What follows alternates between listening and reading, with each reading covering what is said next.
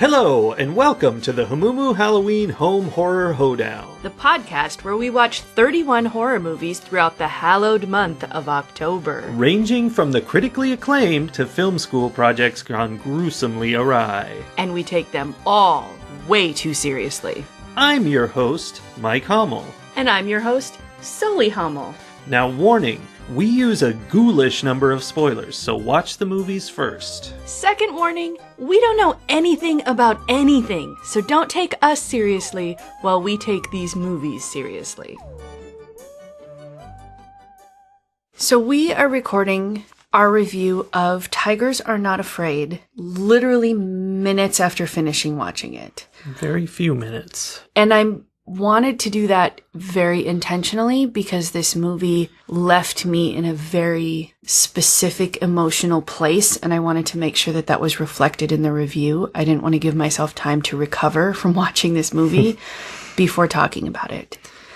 And I think that this review is going to come across as very different, at least from my side of things, than actually any horror movie review that we've done yet. Okay, where do we begin?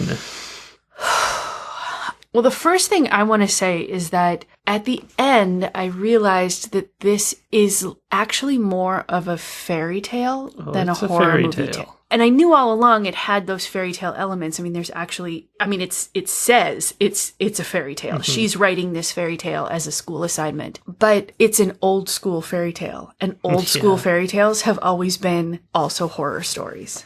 You know, the Little Mermaid walking on glass and all of that. And this is that. It has those horror elements, but they're not there to be horror in and of itself. They're there because that's what fairy tales have always included. Yeah, I feel like there was very little to this being a horror movie. There were, ghost scenes and stuff like that, but there was no reason why it had to have any of that.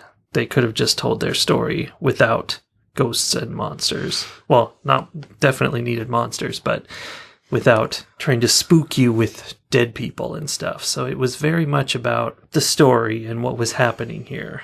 Well, and the dead people were there not because they're monsters. They were, but they're not there because they're monsters. They're there because they represent something. Mm-hmm. They are an element of the emotional impact of this story, the lesson of this story. And that is, I think that's the other piece that sets this apart from a lot of other movies. Not all, but a lot of other horror movies, is that this movie was made to tell a story about life, about what's going on in the world in a specific place and the horrors of that. Like, we've had other ones like that. The movie Under the Shadow, which was from Israel. Iran is the first one that comes to mind. I think maybe I think we mentioned it earlier this month already, the one where they were in the catacombs. As Above, So Below. As Above, So Below, I think has a little bit of that element, maybe. Even Chernobyl, sort of, because it's addressing a real horror. Yeah. But this one is very specifically about the horrors that children face in drug cartel-controlled areas of Mexico. Yeah, and this was much more horrifying than anything we've seen. And it's definitely going to be more horrifying than anything we're going to see, but not in a horror movie sort of way. No, because it's based on reality, based on a true story, and not in the way that many horror movies try to be. Watching this was edging into that danger zone of true crime where I can't watch it because I can't forget that there are real people who experience this pain. And I don't think that I have ever cried during any other horror movie that I've ever watched. I can't think of one. Not often, for sure. I can't think of one. There may be one, and maybe it was something similar to this that I'm just not remembering, but this movie made me cry multiple times just because of the fact that I could picture real children experience, not the ghosts and the monsters and that piece of it, but there are children living in, taking care of each other in hidden pockets all over the world because of the atrocities that adults are committing on one another. And that is unacceptable. That's what that is. So basically, Tigers Are Not Afraid is the story of Estrella, a girl who loses her mother to I think they were actually human traffickers rather than necessarily a drug cartel. I know they specifically, in that one news program that they were watching, in that one scene, the reporter was talking about how El Chino, this politician running for office, had connections to human trafficking and, a whole bunch of other crimes too. But that was the one that I heard. Well, and they listed, they talked about X thousands of people killed and X other thousands of people disappeared. Right. The very beginning of the movie is like a, text card talking about the 160,000 killed and 53,000 missing in the last 10 years. And then the fact that the number of kids who were like the ones in this movie, Estrella and Shine and Pop, Tuxi and Moro, who are affected because their parents or their guardians were killed or disappeared. It says that there's no number knowing how many of those kids there are. So Estrella's mother disappears. She doesn't know where she's gone. And Estrella hooks up with this kind of band of young boys. The older ones looked to be about maybe 5th grade age. So 10, 11 years old. That's what I was going to say, and I'm terrible at that. Yeah, and I particularly think that because Shine, he reminds me so much of a student that I had when I was teaching 5th grade. Yeah. He didn't look exactly like him or anything, but there was that like kind of smaller boy, but clearly smart and full of this like inner courage that kept him going and kept him fighting and kept him protecting these other boys. And he was just like the natural leader. Like even I think Pop was probably older than Shine was, but obviously let him be the leader of the group because he just had that thing inside that draws people to him. And that reminds me of a student that I had one year when I was teaching 5th grade. Anyway, they're out there in the city and being chased by El Chino and the, what was the gang called?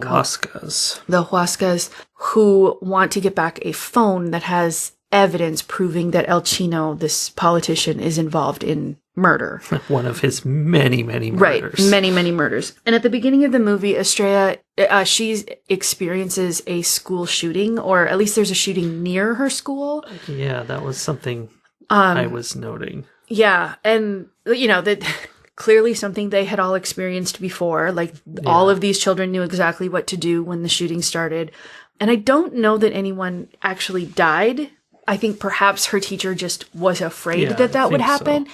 And so, as they're on the floor, her teacher hands her 3 pieces of chalk and says, here are 3 wishes. And then throughout the movie, Estrella uses her 3 wishes. Yeah. The thing about the shooting scene, like, it wasn't a school shooting. It wasn't someone coming into the school to shoot it up. It was, it's a dangerous area. Drug gangs are out there shooting at each other, and they shoot, and then when the kids hear gunshots, they drop to the floor, and bullet came in through the window, and glass went everywhere. So scary, terrible, but what the thing I thought was that is so much better than what it's like in America. Like in America, you're at a school and someone comes in with the express purpose of killing people in that school. Right, going from room to room to room, killing as many people as they can often. Yeah, I mean, that's the whole goal, and that's a completely different thing than just being in a place where violence is occurring between, violent gangs interacting with each other, and you could be a casualty of that. Right. And that's and we terrifying. Have plenty of that. We have plenty of that. Oh, in we our got country that too. Sure.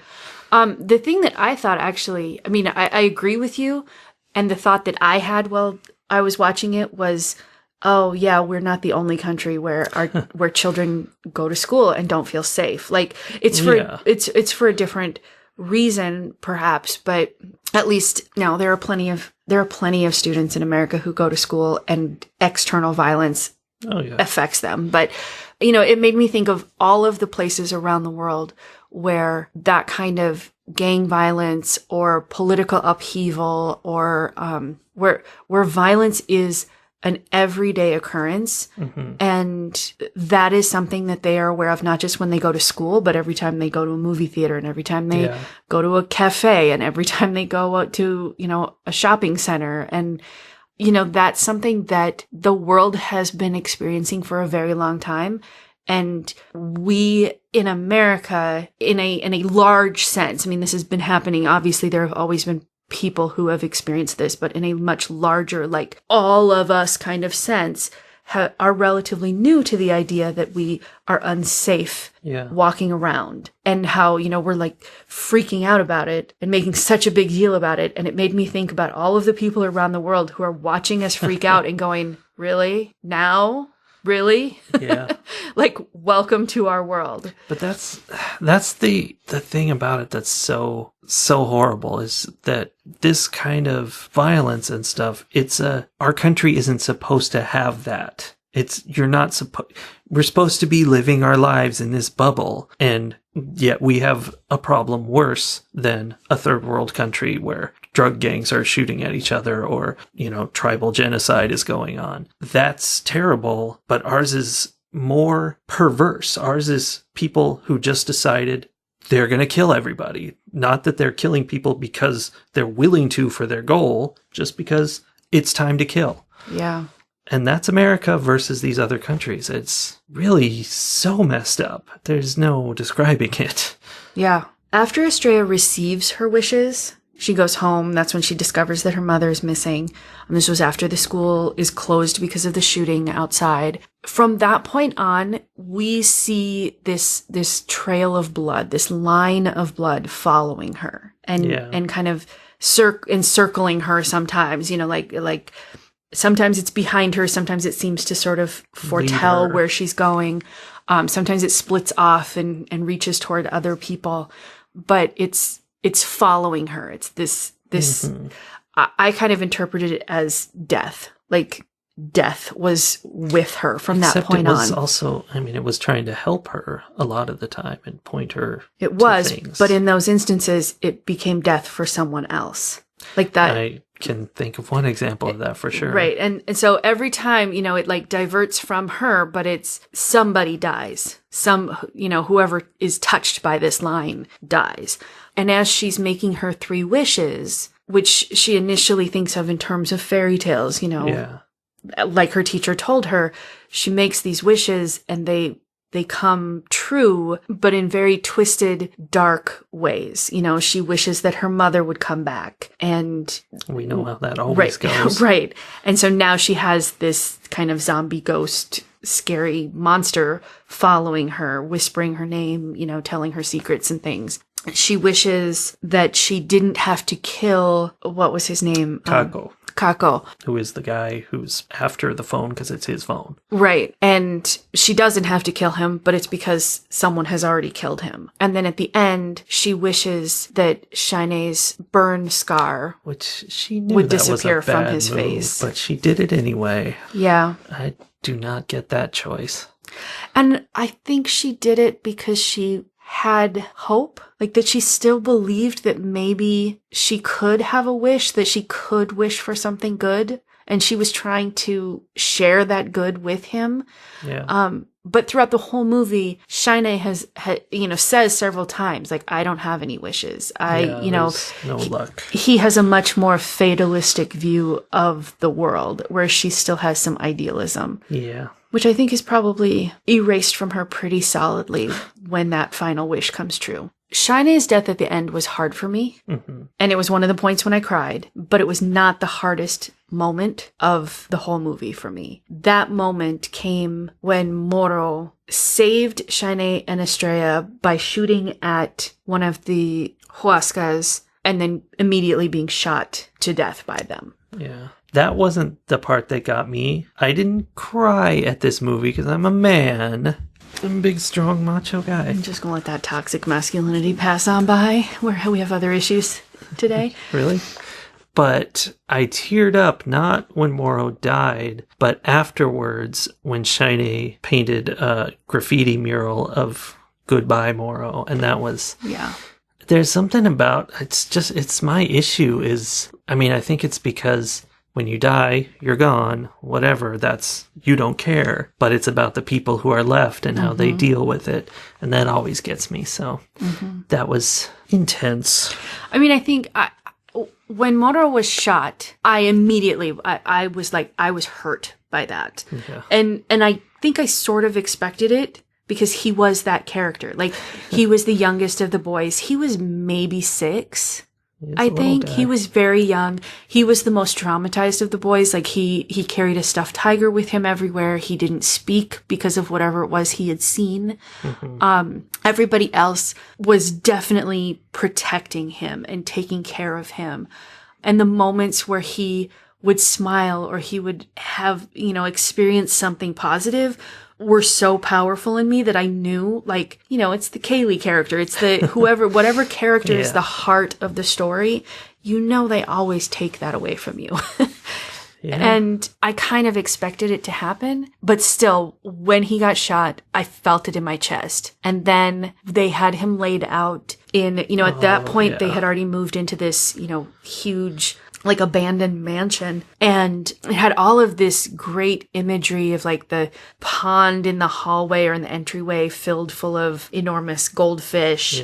And it had all of these pieces of greenery that were kind of growing up through the destruction, which, was obvious, but very well done symbolism. And so there was this one area that had all of this beautiful green grass growing up in the middle of a room, basically, with this great, like, round window frame in it. Yeah, I thought of that as the room from The Crow. Yes, it had sort of the same, like, vibe to it. But they had Moro's body, like, laid out afterwards, and, for his, where they were kind of saying goodbye to him there. And that part... That was that's when I really started to cry. Super rough. Yeah. Yeah. And all of these children, like, these are children, and they were handling things that I don't know that I could handle. And they were, they were sad, but they were like, this was their life. This is their life. People die all the time. Yeah. And this is what you do when someone dies. And they just did it. Yeah, so that was very, very hard to watch.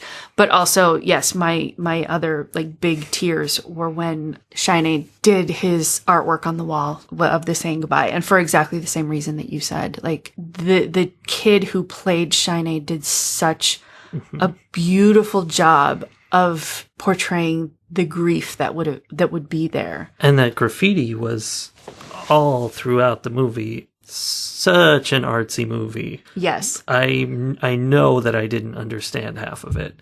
But not in a pretentious way. Like, It wasn't artsy in this movie is trying to be smarter than me. Yeah. It was just beautiful. Everything meant stuff, though. Yeah. And, like, there was graffiti. A lot of times, the graffiti was telling you the plot. Either stuff you had just seen or stuff you were going to see. And also, importantly, not just graffiti, but the dragon, the tiger, the snake, they were all images that came to life. And so life was in the images, and the images were in life. Right. And it was... And we're both frightening and helping Estrella throughout the story. Like, I think always intending to help her, but because they were outside of the mortal world, like, maybe not always knowing the way to express, I'm trying to help you, you know? And, the same way that Estrella's mother and all of the other people who Chino had killed and placed in that one room, they were telling her, bring him to us. Yeah. But they were doing it in terrifying ways, so she couldn't really hear their message until much later. Until she had proof that her mother had been killed. And she was able to kind of get into this, all right, let's do this. Yes, I will bring him to you kind of place. The graffiti was telling parts of the story and was very closely tied because it was Shine who drew all of this graffiti around the city. It was kind of it sort of felt like the one way he had to express himself and allow himself to have emotion when he needed to stay strong for everybody else. That's pretty good. But then there were shots that weren't graffiti, but used similar lines. Like, the graffiti was all done with black spray paint and, thick lines and very distinctive style.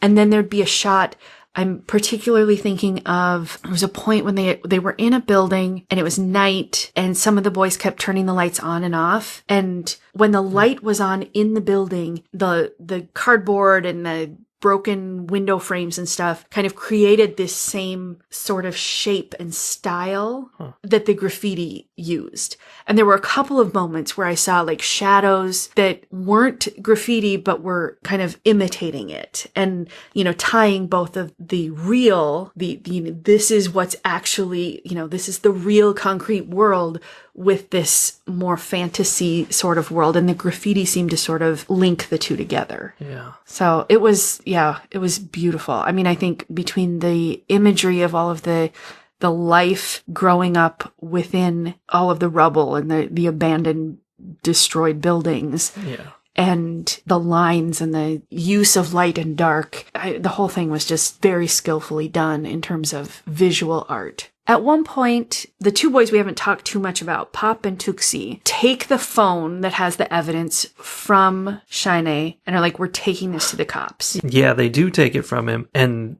they're like, what are we going to do with this? And he's like, well, it's proof, that he's killing people. Who catches killers? And I don't know who responded, but the guy who responded was like, not the cops. I know that much. That's Shine. Pop and Tuxi. That was who said it. Yeah, Pop and Tuxi were the ones who were like, we have to take this to the cops. They will help us. And Shine was like, no, they won't. He knew. And he was right. And that scene went better than I expected because they brought it to a cop car and like tried to show it to the cops. And rather than what I feared, which was the cops are working with him and, take the kids. Right. Or take the phone. Yeah. They instead were like, wait, who's in that video? Oh, we're out of here. And they just drove off. Yeah. It made me think of the professor in Ghost Stories saying, I did nothing. Yes. And it's exactly the same. It's like, you can't blame me. I didn't do anything bad. I did nothing. And it was exactly the same level of, but doing nothing is evil. Yeah. Doing nothing is participating in the evil that is happening. And I think that's a thing I'm fighting with daily these days in the real world, that there are still so many people doing nothing and pretending that everything is okay and pretending that not participating in Nazi marches is somehow enough, and it's not. Yeah. And I think, this definitely hit that message nice and hard. That pretty much brings us toward the end of the movie and the way it all wraps up. Estrella manages to lure El Chino to the place where all of the bodies are stored. I hesitate to use the word buried because they were not buried. They were dumped. And she lures him there using this phone that he is desperate to get. And she finds her mother. She has the experience of sort of it's not a good experience, but she has a moment of closure with her mother. Yeah. The bird bracelet that her mother was wearing becomes a bunch of tiny little birds and flies over and lands on her wrist instead. So there's a little bit of like emotional closure and resolve there. And then, well, I mean, the closure definitely helps just the fact that she found her mother. Right. She knows now. I mean, it's not good news, but at least she has information. Right. And then I'm concerned about the very, very ending of the movie, the final shot. Maybe you have a smart person take on this, but I'm concerned because in the end, after she lets Shine's ghost burn Chino alive, she, is making her way through this building they're in, and she opens doors and walks out into this vast field of wheat and flowers, which is clearly not real. It's not part of the city. She's just out there. I even, as I was watching it, was like, how did they even film this? Like, this cannot be a real set. They just put some doors up in a field, I think. No, but even that field, like, it's beautiful, sure it's green, it's expansive to the point where I was like, how hard would it be to find that scene? Yeah. Or, that setting to film this scene in? It almost felt CGI to me. I bet it's out there. There's places.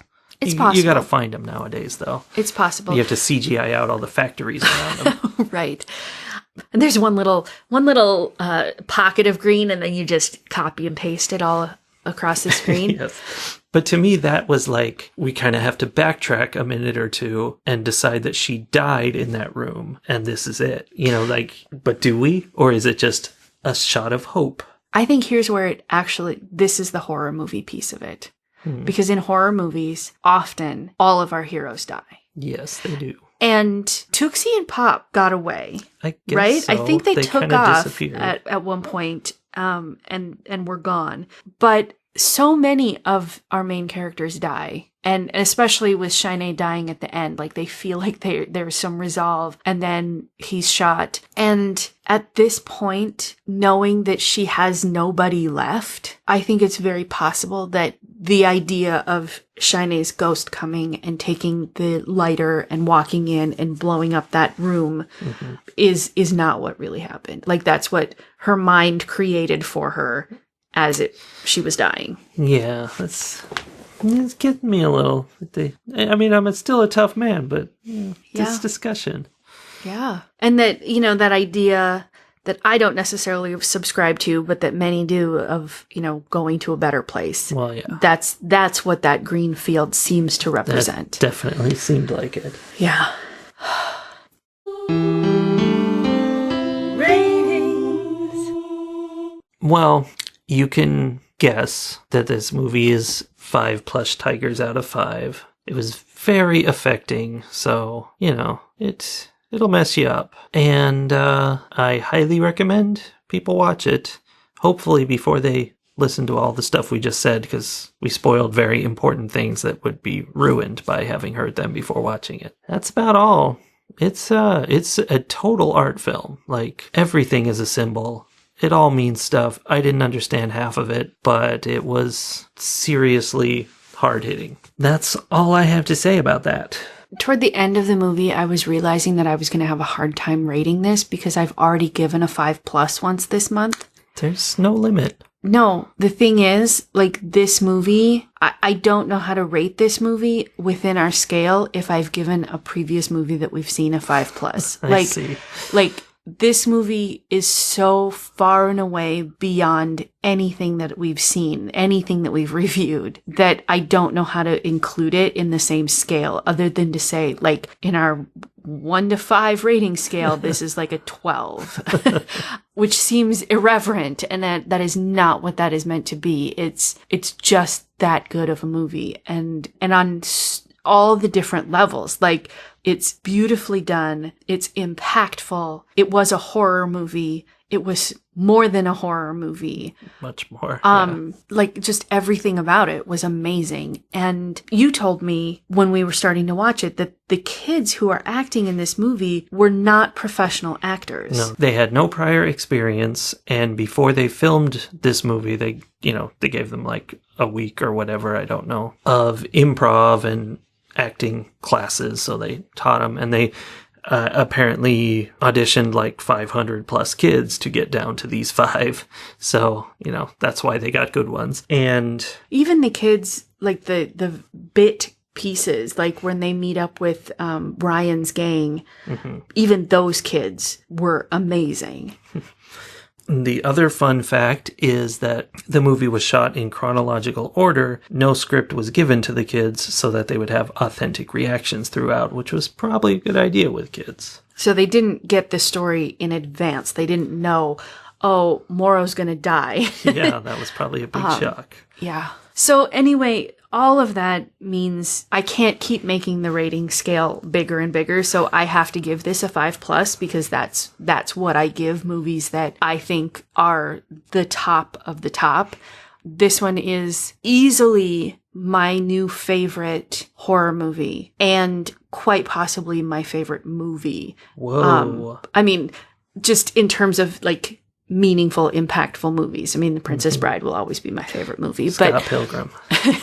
But this one is one of those movies that I will say to people, you have to see this. Mm-hmm. And I'm really, really glad that we watched it. Yeah, we got this from the list. Somewhere on Rotten Tomatoes, there's a list of the 140 best horror movies of the 2010s. And this was way up there on that list. And I think we got to check out that list some more. Yeah. And I enjoyed, we watched it all with Spanish language and English subtitles. So I really enjoyed that element of it too. The foreign film experience of listening to a story told in another language. Yeah, we probably should have opened by letting people know this movie is in Spanish, but yeah, now well, you know. There were other Spoilers. things to focus on. Yeah.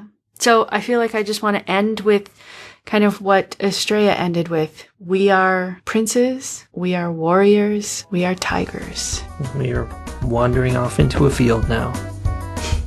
Indeed.